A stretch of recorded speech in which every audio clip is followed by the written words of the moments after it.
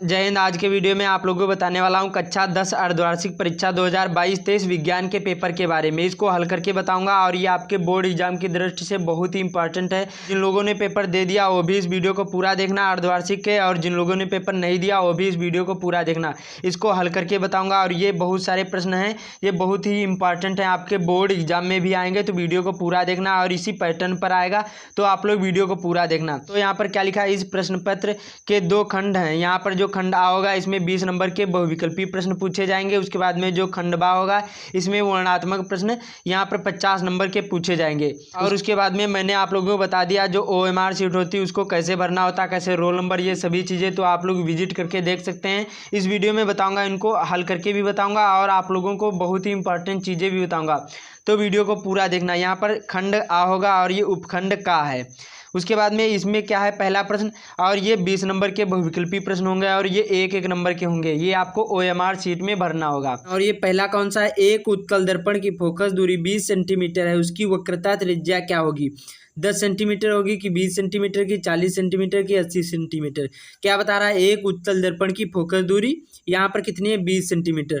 यह बराबर कितना है, यहाँ पर 20 है। उसके बाद में उसका क्या बताना है, वक्रता त्रिज्या बताना है। तो यह बराबर क्या होता है, यहाँ पर वो यह बराबर होता है R/, क्या होता है, 2 होता है। तो इसका क्या है, यहाँ पर देखो हमें 20 मालूम है, फोकस दूरी मालूम है, और इसको हम यहाँ पर ले जाएंगे तो यहाँ पर क्या हो जाएगा, तो यहाँ पर R बराबर क्या हो जाएगा, यहाँ पर 20 गुणे उसके बाद में 2, तो यहाँ पर कितना निकल कर आ जाएगा, 40। तो इसका राइट आंसर सवाला हो जाएगा। यहाँ पर 40 सेंटीमीटर होगी। एक उत्तल दर्पण की फोकस दूरी 20 सेंटीमीटर, उसकी वक्रता त्रिज्या क्या होगी, 40 सेंटीमीटर। समझ में आया? उसके बाद में अगला है नेत्र लेंस होता है, अभिसारी होता है कि अपसारी होता है कि अपसारी एवं अभिसारी दोनों होते कि इनमें से कोई नहीं? तो इसका राइट आंसर कौन सा हो जाएगा, यहाँ पर नेत्र लेंस होता है ये सदैव क्या होता है, अभिसारी होता है। आ वाला इसका राइट आंसर हो जाएगा। ये आप लोग अच्छी तरीके से नोट कर लो, ये आपके बोर्ड एग्जाम की दृष्टि से बहुत ही इंपॉर्टेंट है। इनको अच्छी तरीके से आप लोग जरूर ही नोट करके जाना। उसके बाद में अगला है, यहाँ पर ओम के नियम का सूत्र है। I बराबर V गुणे R होता है कि R बराबर V गुणे I होता है कि V बराबर I गुणे R होता है कि इनमें से कोई नहीं? तो इसका राइट आंसर कौन सा हो जाएगा, ये बहुत ही इंपॉर्टेंट है, आपके ये बोर्ड एग्जाम में हर साल पूछा जाता है। तो इसका राइट आंसर कौन सा हो जाएगा, सी वाला, सा वाला हो जाएगा। यहाँ पर जो V बराबर I गुणे R होता है। उसके बाद में अगला है, यहाँ पर दो चालक तार जिनके पदार्थ लंबाई तथा व्यास समान है, किसी विद्युत परिपथ के पहले श्रेणी क्रम में और फिर पार्श्व क्रम संयोजन में उत्पन्न ऊष्माओं का अनुपात क्या होगा? जब इसको हम हल करेंगे तो यहाँ पर क्या निकल कर आ जाएगा, 1 अनुपात यहाँ पर 2 होगा कि 2 अनुपात 1 होगा कि यहाँ पर 1 अनुपात 4 होगा कि 4 अनुपात 1 होगा? तो इसका राइट आंसर कौन सा हो जाएगा, जो दो चालक हैं यहाँ पर तार जिनके पदार्थ लंबाई तथा व्यास समान होंगे, उसके बाद में किसी विद्युत परिपथ के पहले श्रेणी क्रम में और फिर पार्श्व संयोजन में उत्पन्न जो ऊष्माओं का अनुपात क्या होना चाहिए? तो यहाँ पर सा वाला इसका राइट आंसर हो जाएगा, 1 अनुपात यहाँ पर 4 होगा। उसके बाद में अगला है, एक गतिमान इलेक्ट्रॉन उत्पन्न करता है केवल विद्युत क्षेत्र की केवल चुंबकीय क्षेत्र, यहाँ पर कि विद्युत एवं चुंबकीय क्षेत्र दोनों उत्पन्न करता है कि इनमें से कोई नहीं?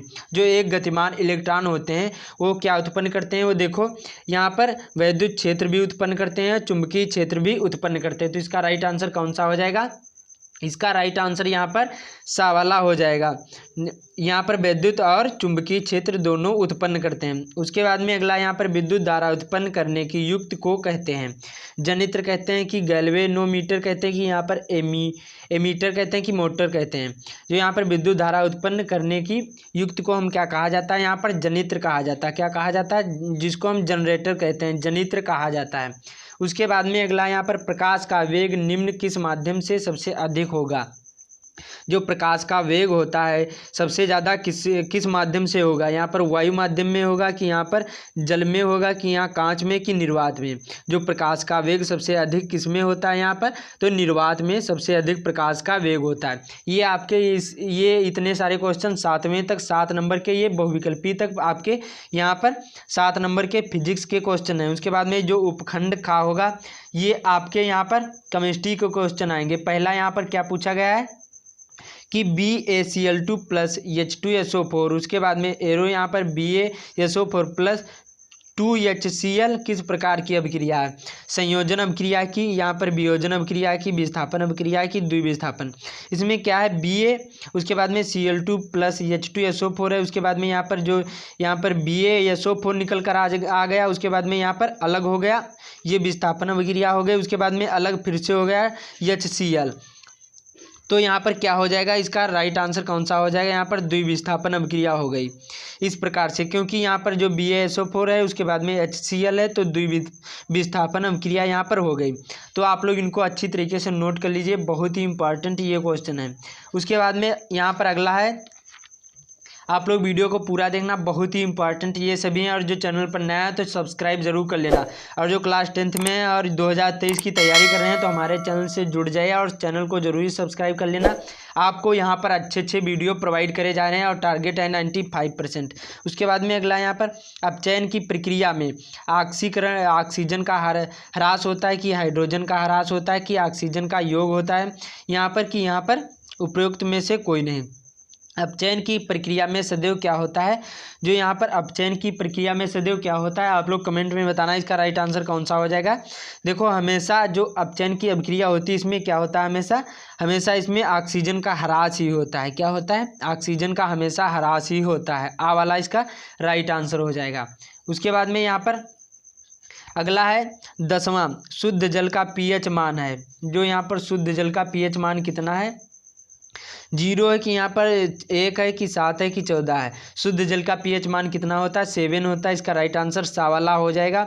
जो अम्लीय होते हैं तो 7 से कम होते हैं, जो क्षारीय विलयन होंगे तो 7 से अधिक होते हैं, 14 तक होते हैं।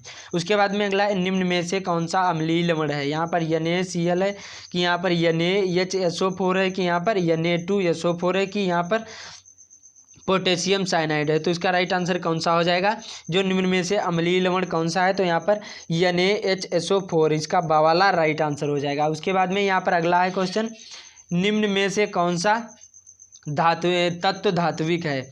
इनमें से आपको बताना है कि कौन सा तत्व धात्विक है। आपको अधात्विक नहीं, ये धात्विक बता रहा है। तो यहाँ पर फास्फोरस है कि हीलियम है कि लिथियम है कि यहाँ पर यस है। तो इसका राइट आंसर कौन सा हो जाएगा, जो धात्विक तत्व है, तो यहाँ पर लिथियम इसका राइट आंसर हो जाएगा, सा वाला। उसके बाद में ये आप लोग नोट कर लीजिए, बहुत ही इंपॉर्टेंट है। उनके बाद में अगला है, निम्न में से कौन सा तत्व तनु अम्ल के साथ संयोग करके हाइड्रोजन गैस निकालता है। क्लोरीन की तांबा यहाँ पर कि यहाँ पर जिंक, जिसको हम जस्ता कहते हैं, या फिर सल्फर होगा।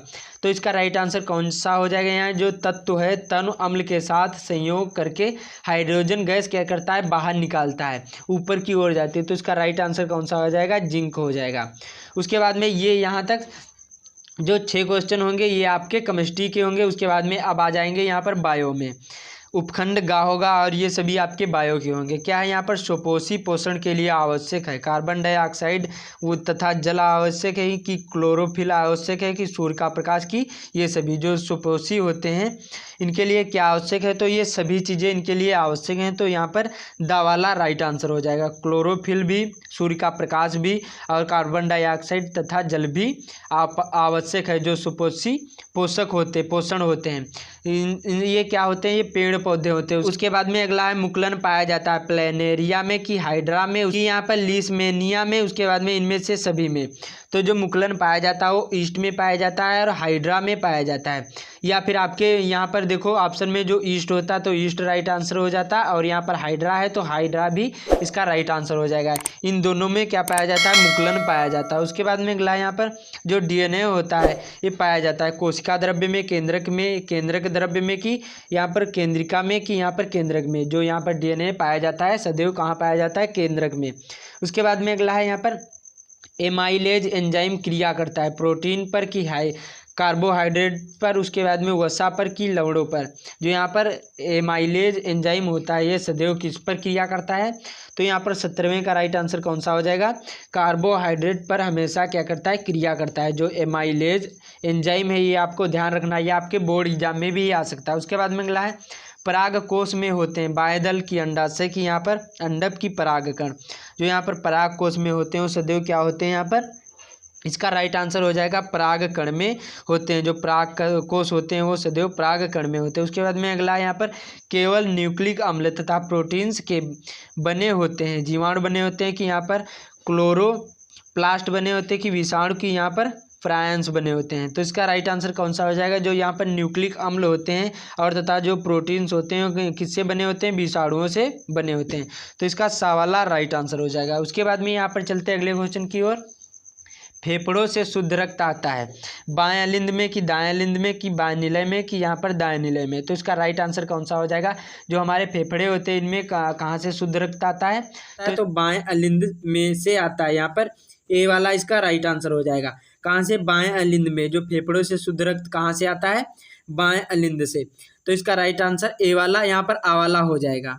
उसके बाद में अब आते हैं यहाँ पर खंड बा में, और ये यहाँ पर लघुत्तरी प्रश्न पूछे जाएंगे और ये 3 पूछे जाएंगे और 4 नंबर के होंगे अथवा करके। यहाँ पर ये फिजिक्स के क्वेश्चन होंगे 3, उसके बाद में और ये 4 नंबर के पूछे जाएंगे। ये सभी बहुत ही इंपॉर्टेंट हैं। क्या लिखा है? दूरदृष्टि दोष से पीड़ित एक मनुष्य के निकट बिंदु की दूरी 0.40 मीटर तथा अर्थात वह कम से कम 40 मीटर की दूरी तक देख सकता है। इस दोष के निवारण हेतु उपयोग में लाए गए लेंस की प्रकृति बताइए और फोकस दूरी का परिकलन कीजिए और स्पष्ट कीजिए कि न्यूनतम दूरी 25 सेंटीमीटर है। बहुत ही इंपॉर्टेंट है, इनको अच्छी तरीके से आप लोग नोट कर लीजिए। ये 3 क्वेश्चन होंगे जो लघुत्तरी प्रश्न होंगे और ये 4 नंबर के पूछे जाएंगे अथवा करके 2 आएंगे। इनमें से आपको एक ही करना है। समझ में आया? उसके बाद में यहाँ पर दीर्घ उत्तरी प्रश्न में 6 नंबर का क्वेश्चन होगा। ये भी क्या फिजिक्स का है और ये पूछा जाएगा यहाँ पर अथवा करके 2 पूछा जाएगा। वर्ण विक्षेपण से क्या तात्पर्य? उदाहरण देकर समझाइए। इनमें से आपको एक ही करना है। उसके बाद में अब आ जाते हैं यहाँ पर केमिस्ट्री के लघु उत्तरी प्रश्न। ये भी आपके यहाँ पर इतने यहाँ पर 2 क्वेश्चन पूछे जाएंगे और ये 4 नंबर के दोनों होंगे। क्या लिखा है? निम्न पदों का वर्णन कीजिए और तथा प्रत्येक का एक उदाहरण दीजिए। जो संक्षारण होता है ये क्या होता है? आपको उदाहरण देना है और इसका वर्णन करना है। उसके बाद में विकर्ण, जो यहाँ पर विकृत गंधिता होती है, इसका आपको क्या करना है? उदाहरण देना है और वर्णन करना है। और ये यहाँ पर 4 नंबर का क्वेश्चन पूछा जाएगा। उसके बाद में इसी प्रकार से यहाँ पर भी संतुलित रासायनिक समीकरण क्या होता है? बहुत ही इंपॉर्टेंट है। रासायनिक समीकरण को संतुलित करना क्यों आवश्यक होता है, ये अथवा करके पूछा जाता है। 4 नंबर का ये क्वेश्चन होगा। उसके बाद में यहाँ पर इसी प्रकार से ये भी होगा। ये भी कितने? 4 नंबर का क्वेश्चन अथवा करके 2 पूछा जाएगा। इनमें से आपको एक ही करना है। उसके बाद में आते हैं यहाँ पर दीर्घ उत्तरी प्रश्न में, ये 6 नंबर का होगा। ये भी आपका उसमें केमिस्ट्री का होगा। प्लास्टर ऑफ पेरिस किसे कहते हैं? इसे बनाने की विधि, गुण तथा एवं उपयोग बताए। बहुत ही इंपॉर्टेंट है, ये आपके बोर्ड एग्जाम में हर साल पूछा जाता है। उसके बाद में भर्जन क्या है? कॉपर पायराइट के भर्जन में होने वाले क्या है? अभिक्रियाओं के समीकरण लिखे। इनमें से आपको एक ही करना है। 6 नंबर का क्वेश्चन होगा। ये दोनों बहुत ही इंपॉर्टेंट हैं। अच्छी तरीके से आप लोग इनको तैयार करके जाइए। उसके बाद में गालक किसे कहते हैं? ये भी बहुत ही इंपॉर्टेंट है। आप लोग जो कमेंट में बताना, जल्दी आप लोगों को वीडियो प्रोवाइड करेंगे। उसके बाद में आते हैं यहाँ पर जीव विज्ञान में। ये यहाँ पर 12 नंबर के 3 क्वेश्चन होंगे। 12 नंबर के 4 नंबर के पूछे जाएंगे। क्या है?